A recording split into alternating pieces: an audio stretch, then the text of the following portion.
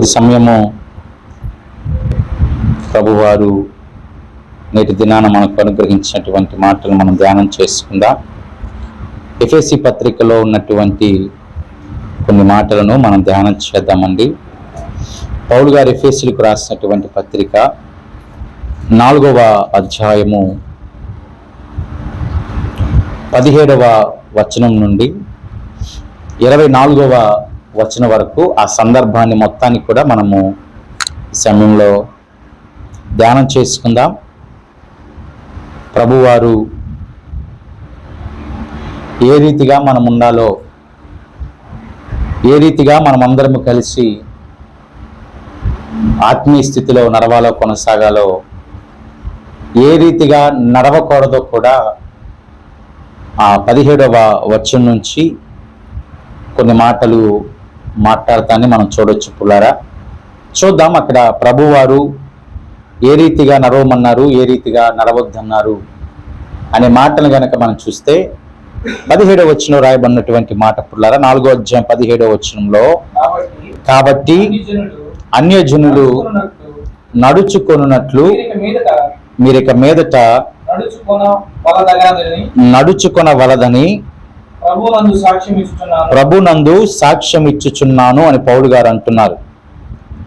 నడుచుకొనవద్దు, నడుచుకొనవలదని, అన్యజనుల వలన నడుచుకోవద్దు, అన్యజనుల వలె మీరిక మీదట నడవద్దు అని పౌలు గారు అంటున్నారు. అన్యజనులు అంటే క్రీస్తును ఎరగని వారు అని అర్థం పుల్లారా. క్రీస్తును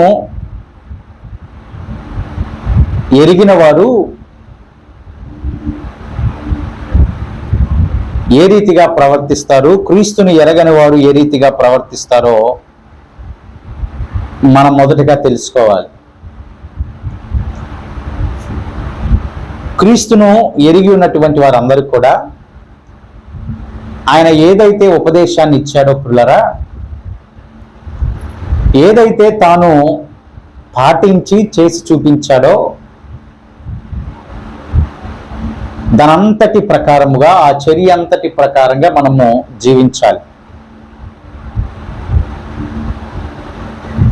అవన్నీ కూడా మనకు బహుగానే తెలుసు. ఏ రీతిగా జీవించాలి, ఏ రీతిగా ప్రభువారు ఒక మార్గాన్ని సిద్ధం చేశారు, ఏ రీతిగా ప్రభువారు మనందరి కొరకై తన యవన జీవితాన్ని, తన యవన రక్తమును మనందరి కొరకై పణంగా పెట్టి మరలా మృత్యుంజయుడై తిరిగి లేచాడు. అయితే ఇక మీదట అని పౌలు గారు సంబోధించారు అక్కడ. ఇక మీదట మనము ఎలా ఉండకూడదు అని అంటున్నారంటే, అన్యజనుల వలె ఉండకూడదు అంటున్నారు. అంటే క్రీస్తును ఎరగని వారు వలె క్రీస్తును ఎరిగిన వారు ఉండకూడదంట. దాని అర్థం అది. ప్రాముఖ్యమైన అర్థం ఏంటంటే, మనం అందరం కూడా క్రీస్తును ఎరిగి ఉన్నవారమే. ఎలాగా? ఆయన బైబిల్ని ధ్యానం చేయటం ద్వారా మన కొరకు ఏమైతే చేశాడో అవన్నీ తెలుసుకున్నాం, పాటిస్తున్నాం, దాని ప్రకారంగా నడుస్తున్నాం. కాబట్టి ఇప్పుడు మనము క్రీస్తును ఎరిగిన వారిగా ఉన్నాం. అయితే ఇక మీదట ఎలా ఉండకూడదంటే, అన్యజనుల వలె. అంటే క్రీస్తును ఎరిగిన మనము అన్యజనుల వలె ఇక మీదట ఉండకూడదంట.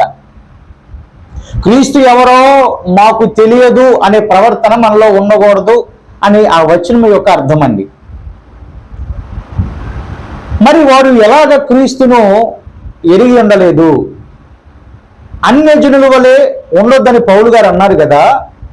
అసలు అన్యజనులు ఏం చేస్తున్నారు, క్రీస్తుని ఎరగని వారు ఏం చేశారు అని కనుక ఆలోచన చేస్తే, కింద వచనంలో ఒక 5 లక్షణాలను పౌలు గారు అన్యజనులను బట్టి చెప్పాడు పుల్లరా. ఆ 5 లక్షణాలు ఒకసారి మనం చూద్దాం. వారంటే ఎవరంటే అన్యజనులు అని అర్థం. వారైతే అంధకారమైన మనసు గలవారై. చూడండి, మొదటిగా అన్యజనులు ఎలాగున్నారంటే అంధకార మనస్సు. ఎలా ఉన్నారంట? అంధకార మనస్సు. అంటే వారిలో వెలుగు లేదిక. ఎప్పటికీ చూసినా ఏముందంట? చీకటి. చీకటి దేనికి గుర్తుగా ఉందండి? అపవాదికి గుర్తది. ప్రభునకు వ్యతిరేకమైన గుర్తు ఏమైనా ఉందంటే అది చీకటి. అది అందుకే అన్యజనులు క్రీస్తుని ఎరగని వారు ఎలా ఉంటున్నారంటే అంధకార మనసుతో ఉన్నారంట. రెండోది గనక మనం చూస్తే తమ హృదయ కాఠిన్యము వలన. హృదయ కాఠిన్యము అంటే హృదయాన్ని వారు ఏం చేస్తున్నారంటే పిల్లరా? కఠినపరుచుకుంటున్నారు. అంటే బండలాగా తయారైపోయింది. బండ ఎలా ఉండిద్దండి? రాయి ఎలా ఉండిద్దండి? అండ్ దృఢంగా ఉండిద్దా లేకపోతే మెత్తగా ఉండిద్దా? దృఢంగా ఉంటుంది. పెద్ద బండని మనం పగలగొట్టాలంటే పెద్ద పెద్ద శక్తులు కావాలి. వీరు కూడా ఎలా ఉన్నారు? అలాగే ఉన్నారంట. బండ బారిపోయిన అంటాం కదండి, బండ బారిపోయిన వారిగా ఉన్నారు. బండ బారిపోయినటువంటి చేతికి కొద్ది సమయం స్పర్శ తెలిసిద్దండి. కాలు కొన్నిసార్లు తిమ్మిరెక్కుతా ఉండేది, బండ బారిపోయింది అంటా ఉంటారు. ఒక 2-3 నిమిషాల వరకు మనకి స్పర్శ తెలిసిద్దా? వీరు ఇలాగే ఉన్నారంట. ఎలాగంట? కఠిన హృదయులుగా, అంధకార మనసుతో తమ హృదయ కాఠిన్యము వలన తమలోనున్న అజ్ఞానము చేత.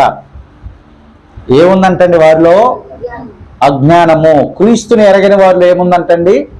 అజ్ఞానము చేత దేవుని వలన కలుగు జీవములో నుంచి వేరుపరచబడ్డారు వాళ్ళు.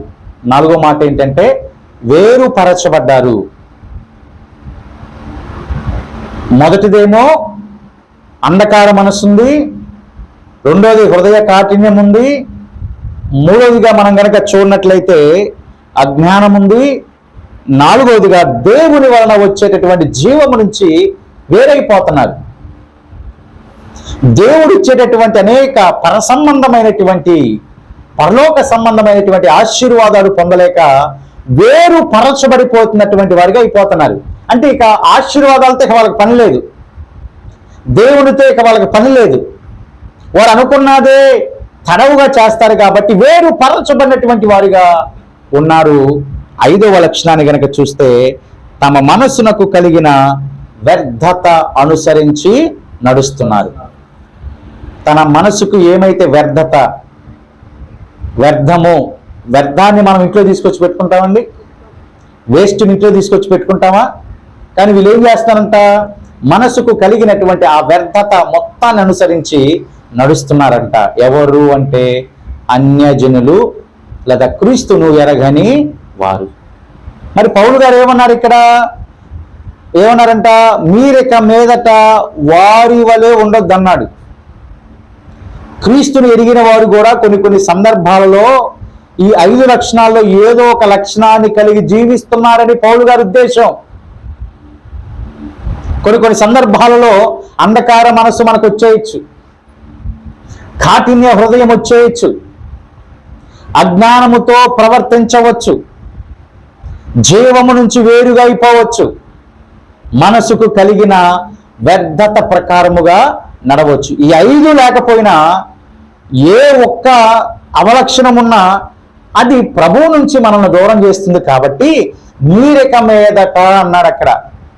అంటే మీరిక మీదట వారి వలె నడుచుకోవటానికి ప్రయత్నము చేయదు.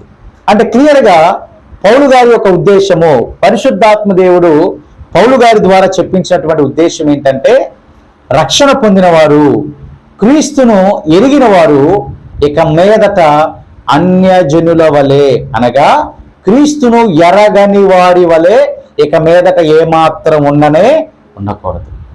దేవునికి స్తోత్రం కలుగును గాక. ఇక మీదట మనం ఎలా ఉండకూడదంట? అన్యజనుల వలె, క్రీస్తును ఎరగని వారి వలె మనం ఇక మీదట ఏమాత్రమో. ఇంకా వారిని బట్టి రాయబడినటువంటి కొన్ని మాటలు 19వ వచనంలో గనక చూస్తే, వారు సిగ్గులేని వారై ఉండి నానా విధములైన అపవిత్రతను అత్యాశతో జరిగించుటకు తమ్మును తామే కాముకత్వమునకు అప్పగించుకునిరి అనే మాట మనం చూస్తున్నాం. అంటే క్రీస్తును ఎరగనటువంటి వారు ఎలా ఉంటున్నారంటే పులరా, సిగ్గులేనటువంటి పనులను చేస్తున్నారంట. సిగ్గులేని వారై ఉండి నానా విధములైనటువంటి అపవిత్రతను ఎలా జరిగిస్తున్నారంట? వాళ్ళు అత్యాశతో జరిగిస్తున్నారంటండి. మంచి పని అత్యాశతో జరిగిస్తే దాని ఫలము చాలా గొప్పగా ఉండిద్ది. మంచి పనిని చాలా వేగిరముగా కొనసాగిస్తే దాని ఫలము ఎక్కువగా ఉంటుంది. అయితే క్రీస్తును ఎరగని వారంట పిల్లారా, అపవిత్రతను అనగా పలు రకాలైనటువంటి దేవునికి దూరం చేసేటటువంటి పనులను ఎలా జరిగిస్తున్నారంట? అత్యాశక్తితో. ఎలాగంట పిల్లారా? అత్యాశక్తితో. ప్రభువుని అత్యాశక్తితో స్తుతించాల్సింది పోయి, ప్రభువుని అత్యాశక్తితో ప్రార్థన చేయాల్సింది పోయి, మీరు అత్యాశక్తితో అపవిత్రమైనటువంటి కార్యములను జరిగించుచు తమ్మును తామే ఏం చేసుకుంటున్నారంటే కాముకత్వమునకు లేదా అపవిత్రతకు జనులను వారిని వారే అప్పగించుకుంటున్నారు అనే మాటలు కూడా మనం చూస్తూ ఉన్నాం. ఇవన్నీ కూడా క్రీస్తును ఎరగనటువంటి వారిని బట్టి రాయబడి ఉన్నటువంటి మాటలు పుల్లారా.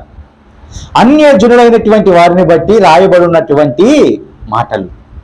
మరి నీవు నేను ఎవరమంట? ప్రభుని గుర్తెరిగిన వారమేగా. ఆమె ప్రభుని సొంత రక్షకుడిగా అంగీకరించిన వారమే కదా పుల్లారా. ప్రభు యొక్క యవన శరీరమును యవన రక్తము తీసుకుంటున్నటువంటి వారమే కదా కదండి. మరి మనలో ఇక మీదట ఈ అవలక్షణాలన్నీ కనబడాలి అని పౌలు గారు అంటున్నారా, కనబడకూడదు అని పౌలు గారు అంటున్నారా? చెప్పండి స్పష్టంగా. కనబడాలా కనబడకూడదా? కనబడకూడదు. దేవునికి స్తోత్రం కలుగునుగాక. ఎందుకంటే 20వ వచనాన్ని గనక మనం చూస్తే, అయితే మీరు యేసును గూర్చి విని ఆయన యందలి సత్యము ఉన్నది ఉన్నట్టుగానే ఆయన యందు ఉపదేశించబడిన వారైన ఎడల మీరలాగూ క్రీస్తును నేర్చుకున్నవారు కారు. ఎలాగ నేర్చుకున్నవారు కాదంట? క్రీస్తునందు ఈ అవలక్షణాలు ఏమీ కూడా లేవు అని దాని అర్థం. అన్యజనులు ఏ రీతిగా ప్రవర్తించారో, లేకపోతే అన్యజనులుగా ఉన్నటువంటి వారి యొక్క లక్షణాలన్నీ కూడా క్రీస్తులో ఏమాత్రము కూడా మనము నేర్చుకున్నటువంటి వారిని కాదు. ఎందుకని? ఆయనలో ఆ లక్ష్యాలు ఏమీ కూడా లేవు. అక్కడ రాయబడినటువంటి మాట కనుక చూస్తే, మీరు యేసును గూర్చి విన్నారు. ఏం విన్నామంటే యేసును గూర్చి ఆయన యందలి సత్యము ఉన్నది ఉన్నట్లుగానే. దేవునికి స్తోత్రం. ఉన్నది ఉన్నట్లుగానే. ఆయన యందలి సత్యం అంట ఉన్నది ఉన్నట్లుగానే ఆయన యందు ఉపదేశించబడిన వారైన ఎడల. అంటే ఏమి ఉపదేశాన్ని పొందుకున్నాం? క్రీస్తు జీవితము నుంచి ఏ ఉపదేశాన్ని మనం పొందుకున్నామంటే ఆయన యందలి సత్యం ఉన్నది ఉన్నట్లుగా ఉపదేశించబడినటువంటి వారిగా ఉన్నామంట. అంటే ఆయన గురించి మనం ఏ అబద్ధాన్ని వినల, ఆయన గురించి ఏ అసత్యాన్ని వినల. ఆయన దేవునికి వ్యతిరేకమైనటువంటి స్వభావము కలిగిన మనుషులని వినల, లేకపోతే వ్యర్థత కలిగినటువంటి మనుషులని వినల. మనము ఉన్నది ఉన్నట్లుగా. ఏముంది యేసులంటే సత్యం ఉన్నది. దేవునికి స్తోత్రం. ఆ సత్యమును గురించి మనము విన్నాం. అంటే ఇప్పుడు చూసుకోండి, ఇక్కడ క్రీస్తుని ఎరిగినటువంటి వారందరూ కూడా ఆయనలో సత్యము ఉన్నదని ఎరిగి ఆయన పక్షముగా ఉన్నటువంటి వారిగా మనం అయిపోయాం. కాబట్టి ఇప్పుడు మనల్ని బైబిల్ ఏమని సంబోధిస్తా ఉందంటే, వీరి క్రీస్తును ఎరిగిన వారు, వీరి క్రీస్తును ఎరిగిన వారు. ఇప్పుడు మనకి క్లియర్గా క్రీస్తును ఎరిగిన వారు, క్రీస్తును ఎరగనటువంటి వారి యొక్క మధ్య వ్యత్యాసాలు తెలిసిపోయినాయి. క్రీస్తును ఎరగని వారి యొక్క లక్షణాలు ఏం చూసాం? అంధకార మనసునిద్దని చూసాం, వ్యర్థత ఉండిద్దని చూసాం, ఇంకేం చూసాం? సిగ్గులేని వారిగా అపవిత్రతను జరిగించడానికి వారు సిద్ధంగా ఉంటారని చూసాం. ఇంకేం చూసామంటే పిల్లల అజ్ఞానం ఉండిద్దని చూసాం, వారు జీవం నుంచి వేరు పరచబడినటువంటి వారిని చూసాం. అయితే క్రీస్తుని ఎరిగే వారు ఎలా ఉన్నారంట? సత్యములో. ఆమేన్. ఇప్పుడు సత్యములో ఉన్నటువంటి మనము కొన్ని సందర్భాలలో కొన్ని ప్రయత్నాల ద్వారా, సంఘటనల ద్వారా మరలా అసత్యం అనేటటువంటి జీవితంలోనికి రాకూడదంటండి. అసత్యం అంటే అంధకార మనస్సు, అసత్యం అంటే అజ్ఞానము, అసత్యం అంటే దేవుడి నుంచి వేరుపరచబడతాం. అసత్యము లేకపోతే అంటే దాని అర్థం ఏంటంటే ఇక్కడ వ్యర్థతను అనుసరించి నడుచుకుంటాం. అదంతా కూడా ఎవరిలో ఉండిద్దంటే క్రీస్తుని ఎరగని వారిలో అనగా అన్యులలో ఉంటుంది. క్రీస్తును ఎరిగినటువంటి వారం ఇక వారి వలె జీవించడానికి అవకాశము లేదు. ఇక వారి వలె జీవిస్తే ఏమవుతుందనే సమస్య మనకు రావచ్చు. వారి వల్ల జీవిస్తే ఏమవుతుందయ్యా, వారి వల్ల జీవిస్తే ఏమవుతుందంట, ఆ మనసు ఉండకూడదా, పొద్దా జీవిస్తామేంటి అని కొంతమంది కూడా అనుకునేటటువంటి వారు కూడా ఉంటారు. ఏమవుదు, క్రీస్తు నుంచి దూరం అయిపోతాం మనం. క్రీస్తు నుంచి దూరం అవటం అంటే జీవము నుండే దూరం అవుట, మనం స్వతంత్రించుకుంటాము అనుకున్నటువంటి పరలోక రాజ్యానికే మనము దూరం అయిపోవుట. సింపుల్గా చెప్పాలంటే పిల్లరా, ఏదైతే ఇప్పటి వరకు ఆ రాజ్యానికి వెళ్ళిపోతామో, ఇక డౌట్ లేదని అనుకుంటున్నామో, ఇక ఆ రాజ్యమునకు మనం ఏమైపోతామంటే పూర్తిగా దూరం అయిపోతాం. కాబట్టి క్రీస్తుని ఎరిగినటువంటి ప్రియ దేవుని సంగమా, ఇక మీదట మనము అన్యజనుల వలె, క్రీస్తుని ఎరగనటువంటి వారి వలె మన ప్రవర్తన ఏమాత్రము కూడా ఉండకూడదు. దేవునికి స్తోత్రం కలుగును గాక. అందుకే అక్కడ భక్తుడు చెప్పినటువంటి మాట గనక చూస్తే, మునుపటి ప్రవర్తన విషయంలోనైతే మోసకరమైన దురాశల వలన చెడిపోవు మీ ప్రాచీన స్వభావమును వదులుకొని, అంటే మునుపటి ప్రభువుని గుర్తెరక ముందు మనం ఎలా ఉండిపోయామంట పిల్లరా, మోసకరమైన దురాశలతో ఉండిపోయాం. అమ్మా, ప్రభువుని గుర్తెరక మునుగు మనం ఎలా ఉన్నామంట, దురాశతో ఉండిపోయామంట. మోసకరమైనటువంటి దురాశల వలన చెడిపోయేటటువంటి ఆ ప్రాచీన స్వభావాన్ని, ఆ లోపల ఉన్నటువంటి పాత స్వభావాన్ని మనం ఏం చేయాలి, ఇప్పుడు వదిలివేయాలి. ఏం చేయాలండి, వదిలివేయాలి. చక్కగా బట్టలు ఉతికేటప్పుడు ఒకసారి జాడించిన తర్వాత అదే మురికి నీళ్ళతో మళ్ళా వేరే వస్త్రాన్ని జాడిస్తారండి వీళ్ళు. ఏం చేస్తారు, వాటిని ఆరబోసేసి మళ్ళీ ఫ్రెష్ వాటర్ తీసుకుంటారు. ఎందుకని మలినము అంటకూడదని. షర్టుకి మరలా మురికి అంటకూడదు, వస్త్రాలకి ఆ మురికి అంటకూడదు. ఇక్కడ ఏమంటున్నారంటే భక్తుడు, చూడండి పిల్లల, మోసకరమైన దురాశల వలన ఒకానొక సందర్భంలో మీరు మోసగించబడ్డారు. ఒకానొక సందర్భంలో మనం అన్యజనుల వలె ప్రవర్తించాం. క్రీస్తును ఎరగనటువంటి వారి వలె మన ప్రవర్తన ఉండిపోయింది. అది ఎప్పుడంటది, ప్రాచీన స్వభావము. అది ఎప్పుడండి, అది మునుపటి ప్రవర్తన. అది అన్యజనులుగా ఉన్నప్పుడు ప్రవర్తన, క్రీస్తును ఎరగనటువంటి వారిగా ఉన్నప్పటి ప్రవర్తన మోసము, దురాశ, ఆ ప్రాచీన పాత భ్రష్ట స్వభావం ఉండిపోయింది. అందుకే పౌలు గారు అంటున్నారు, మీ చిత్త వృత్తి యందు నూతన పరచబడిన వారై నీతియు యథార్థమైన భక్తియు గలవారై దేవుని పోలికగా సృష్టింపబడిన నవీన స్వభావము ధరించుకొనడి. ఆమేన్. ఏ స్వభావాన్ని ధరించాలంటండి, నవీన అంటే నూతన స్వభావము. అమ్మా, ఏ స్వభావం అంటే ఇప్పుడు మనకు ఉండాల్సింది, నవీన అంటే నూతన స్వభావము. నూతన స్వభావములో ఉండే లక్షణాలు కూడా అక్కడే చెప్పారు పౌలు గారు. నీతియు యథార్థమైన భక్తియు దేవుని పోలికగా నడవాలి.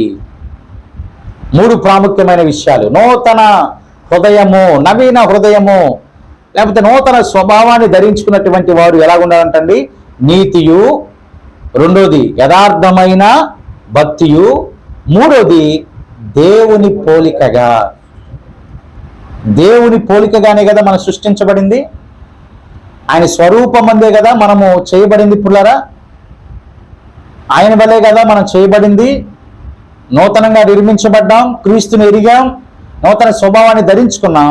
ఇక మీదట నీతియు యథార్థమైనటువంటి భక్తి, యథార్థమైనటువంటి భక్తి.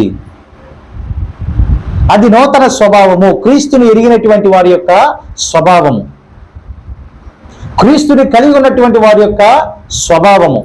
పేతురు రాసినటువంటి 2వ పత్రిక కనుక ఒకసారి మనం చూస్తే పుల్లారా, పేతురు రాసినటువంటి 2వ పత్రికలో ఒక మాట రాయబడి ఉంటుందండి. ఆ మాటను ఒకసారి మనం చూద్దాం.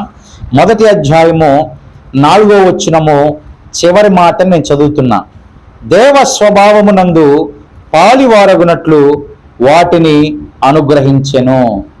ఏ స్వభావం అంటే పుల్లారా? దైవ స్వభావములో పాలివారిగా మనం అవ్వాలంట. ఆమేన్. ఎవరి స్వభావం అంటే పుల్లారా? దైవ స్వభావము. ఇది చాలా ప్రాముఖ్యమైనటువంటి మాట పుల్లారా. దైవ స్వభావంలో మనం పాలివారిగా కావాలి. ఎప్పుడవుతామంటే అది క్రీస్తును ఎరిగి ఉన్నప్పుడు, ప్రాచీన స్వభావాన్ని వదులుకొని నూతన స్వభావాన్ని పొందుకున్నప్పుడు మనలోనికి ఏ స్వభావం వచ్చేసిద్దంట? దైవ స్వభావము. ఆమేన్. అంతే కదా. ఆ యేసు క్రీస్తునందే ఉన్నది ఉన్నట్లుగా సత్యాన్ని నేర్చుకున్నాం కదా. అదే సత్యముతో, అదే యథార్థతతో, అదే నీతితో, అదే భక్తితో మనము జీవిస్తే ఏ స్వభావం మనలో ఉంది చెప్పాలా? దైవ స్వభావమే కదా పుల్లారా. ఆయన ఎరిగినటువంటి బిడ్డలు ఏ స్వభావం ఉన్నటువంటి వారంట? దైవ స్వభావమే కదా. ఇప్పుడు నక్కే పుట్టిద్దా, లేకపోతే ఆ స్వభావం కలిగినటువంటి వస్తాయా, వేరే స్వభావం కలిగినటువంటి వస్తాయా పుల్లారా? అదే స్వభావం కదండి. ఇక నక్కంటే మనం ఫార్మల్గా ఒక మాట ఏమని చెప్పుకుంటాం? జిత్తులు మారిదని, గుంట నక్కని, అది ప్లాన్ వేస్తే కనుక వేరుగుండిద్దని చెప్పుకుంటాం. ఆ స్వభావం ఏంటిక? జిత్తులు మారి స్వభావం. ఇక అవునా కాదండి? జిత్తులు మారిన స్వభావమే. బైబిల్ ఏం మాట్లాడుతూ ఉంది పేతురు గారి ద్వారా? దైవ స్వభావంలో పాలివారు కావాలంట మనం. అంటే ఆయన స్వభావం ఏంటి? సత్యము. ఆయన స్వభావం ఏంటి? ఉన్నది ఉన్నట్లుగా మొహమ్మద్ చెప్పేస్తాడు. ఆయన స్వభావం ఏంటి? నీతి. ఆయన స్వభావం ఏంటి? యథార్థత, యథార్థమైనటువంటి భక్తి. అవన్నీ మనం కలిగి ఉంటే అండి ఏ స్వభావంలో ఉన్నట్లంట? దేవుని స్వభావంలో ఉన్నట్లు. ఇప్పుడు ఏది గొప్పదో ఏది గొప్పదో ఒకసారి ఆలోచన చేయండి. దైవ స్వభావంలో ఉండుట గొప్పదా, ప్రాచీన స్వభావము అయినటువంటి చీకటి అంధకారంలో ఉండుట గొప్పదా? దేవుని స్వభావమే కదండి. అందులోనూ ఆయన పోలిక చొప్పున కదా మనం నిర్మించుకుంది. ఆయన పోలిక చొప్పున కదా సృజించుకుంది. ఆ స్వభావం మనలో రావాలంటే ఏ స్వభావం పోవాలి మనలో? పాత రోత భ్రష్టత్వ స్వభావం మొత్తం కూడా పోవాలి. పాత స్వభావం అంతా కూడా ఇందా చెప్పుకున్నాం కదా. ఏంటవి? 5 లక్షణాలు చూసాం. వ్యర్థత ఉంది, అజ్ఞానం ఉంది, చీకటి మనసు ఉంది, దేవుని నుంచి వేరు పరచబడేటటువంటి విధానం ఉంది. అంత మాత్రమే కాదు కానీ హృదయ కాఠిన్యము ఉండిపోయింది. హృదయం అంతా బండబారిపోవడంతో ఇక ఎన్ని మాటలు చెప్పినా ఇక వారికి వెళ్తాయా పుల్లారా? అందుకే నాకు చెప్పా, కొంచెం తిమ్మిరి ఎక్కినప్పుడు 2-3 నిమిషాలు నాకు అర్థం కాదని. అర్థమైందండి. ఇట్లా కొట్టుకుంటా ఉంటాం కాల్ని, ఇట్లా అనుకుంటా ఉంటాం. 2-3 నిమిషాల తర్వాత ఏమైందంట? మళ్ళీ సెటరైట్ అయిపోయింది. అప్పుడు మనకు స్పర్శ అర్థమైద్ది. హృదయము కాఠిన్యముతో బండబారిపోయినటువంటి వారిగా ఉన్నటువంటి వారికి ఇవేమి పడతలా. ఇప్పుడు ఇవేమి కూడా ఆలోచన చేయట్లేదండి. ఇప్పుడు మరి వాక్యం ఎత్తబడతలేదా? ఎత్తబడతా ఉంది. వాక్యం అందించబడతలేదా? వాక్యం అందించబడతా ఉంది. అయినా ఆ కాఠిన్యము, అజ్ఞానము, వేరు పరచబడేటటువంటి విధానము, లోపల నాటబడిన ఆ భ్రష్ట స్వభావము, ప్రాచీన స్వభావం అంతటిని బట్టి వారు ఎలాగ మిగిలిపోతున్నారంటే క్రీస్తును ఎరగని వారిగా, అన్యజనులుగా మిగిలిపోతున్నారు. అన్యజనులు అంటే ఏదో అర్థంతో మనం మాట్లాడాల్సిన అవసరం లేదండి. క్రీస్తును ఎరగని వారే అన్యజనులు. అక్కడ క్రీస్తుని ఎరిగిన వారేమో నూతన స్వభావాన్ని ధరించుకొని ఏ స్వభావంలో ఉంటారంటే వాళ్ళు దైవ స్వభావము. దైవ స్వభావం.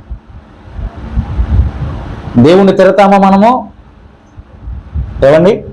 ఒకవేళ అన్య మతాల్లో ఉన్నటువంటి వారి దేవుణ్ణి తిడతారా? తిడతారండి? తిట్టరు కదా. తిడతారా? వాళ్ళ మతాల్లో ఉన్నటువంటి వాళ్ళ దేవుని తిడతారా? తిట్టరు కదండి. ఎవరి దేవుని వాళ్ళు గొప్పగా పొగడటానికే చూసుకుంటారు, కానీ వాళ్ళ దేవుని వాళ్ళు కించపరిచేటట్లు మాట్లాడరు కదా.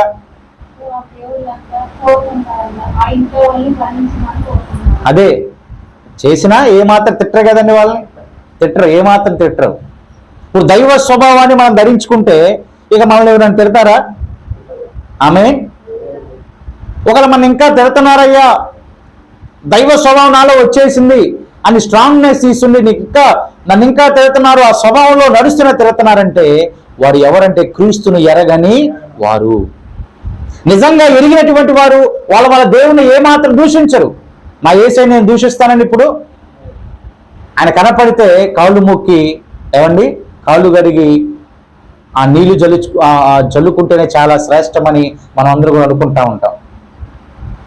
ఇప్పుడు దైవ స్వభావము గనక మనం ధరించుకుని ఆత్మీయ స్థితిలో నడిస్తే కొనసాగితే నిశ్చయముగా మనము రాను దినాల్లో నీతితో యథార్థతతో జీవించేటటువంటి వారిగా ఉంటాం. కాబట్టి ఆశీర్వాదాలకు మనం ఏమవుతామంటే పాత్రులుగా అవుతామండి.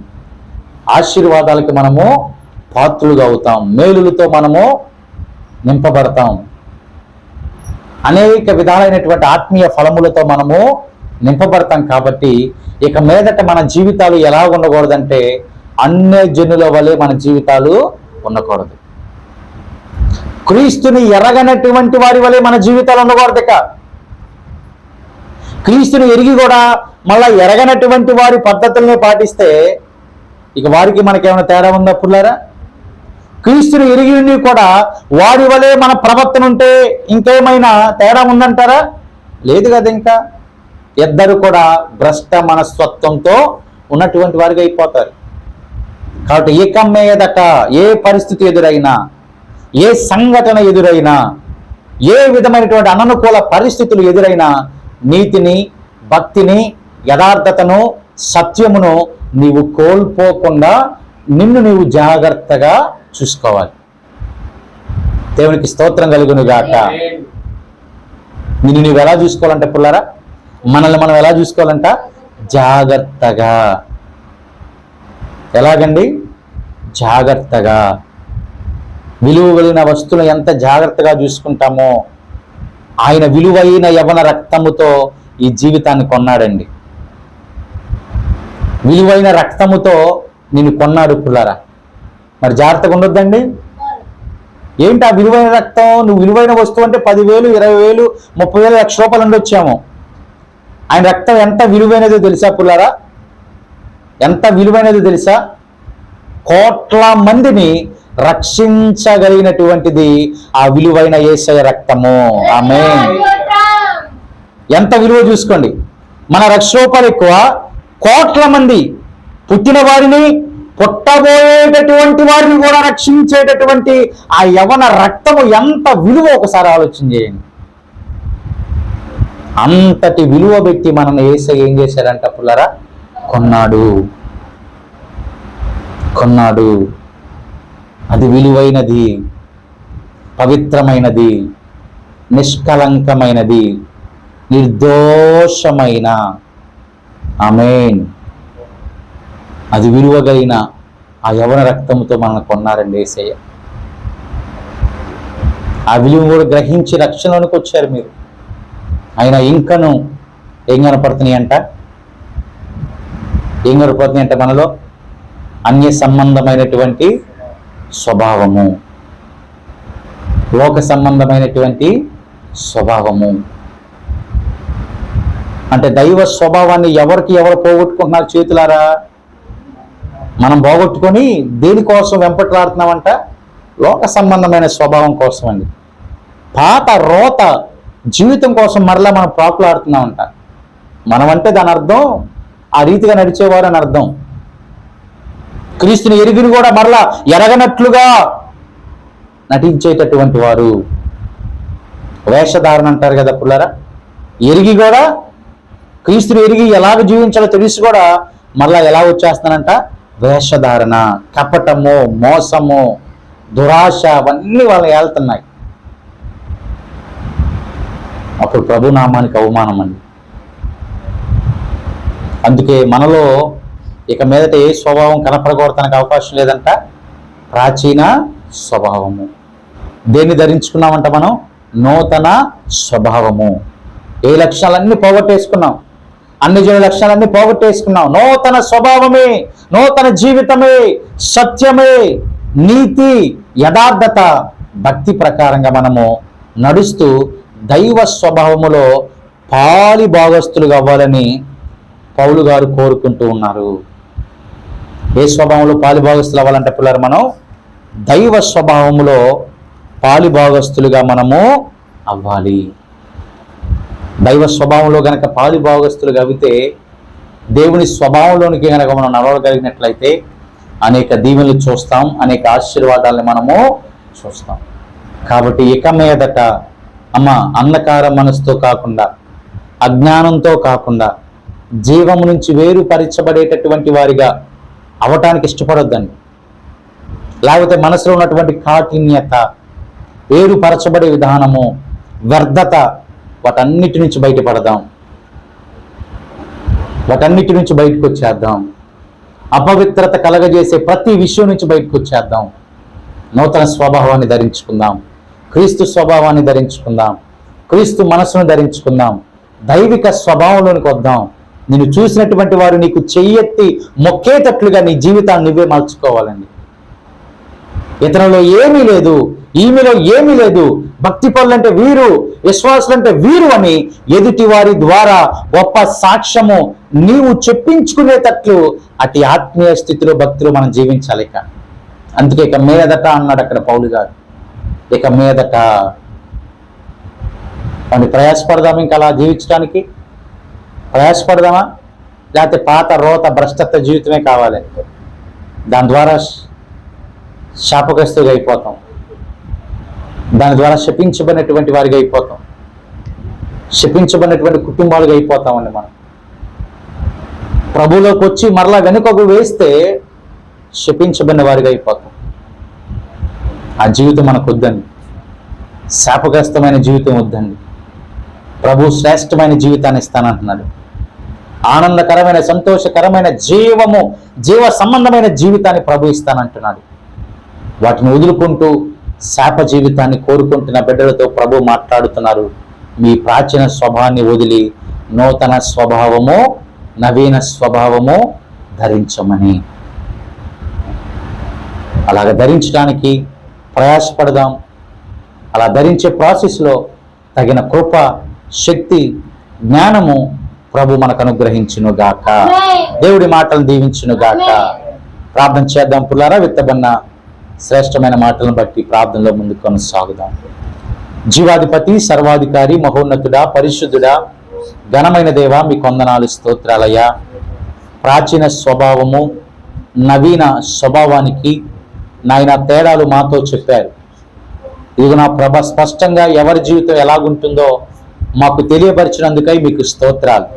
ఇక మీదట నాయన మేము క్రీస్తుని ఎరిగినటువంటి వారిగా, ప్రభా నీతిని, యథార్థతను, భక్తిని, సత్యమును ధరించుకొని నడిచేవారిగా మమ్మలను మలచండి. ఏమాత్రము మాలో ప్రాచీన స్వభావము కనబడకుండా, ఏమాత్రము మాలో అన్య జనుల లక్షణాలు కనబడకుండా, ఏమాత్రము మాలో క్రీస్తును ఎరగనటువంటి వారి లక్షణాలు కనబడకుండా దైవ స్వభావముతో నింపబడి కొనసాగే గొప్ప కృప, అనుభూతి, శక్తి, బలము ఈ సన్నిధిలో కూడి చేరిన ప్రతి బిడ్డకు, ఈ మాటలు విన్నటువంటి ప్రతి నీ ప్రియ బిడ్డకు అనుగ్రహించి మీరే మహిమ, ఘనత, ప్రభావాలు పొందమని యేసయ్య సర్వశక్తి కలిగిన నామమున ఈ ప్రార్థన అడిగి వేడుకొనుచున్నాము తండ్రి. ఆమేన్. దేనికి స్తోత్రం కలుగును గాక. అందరికి వందనాలు.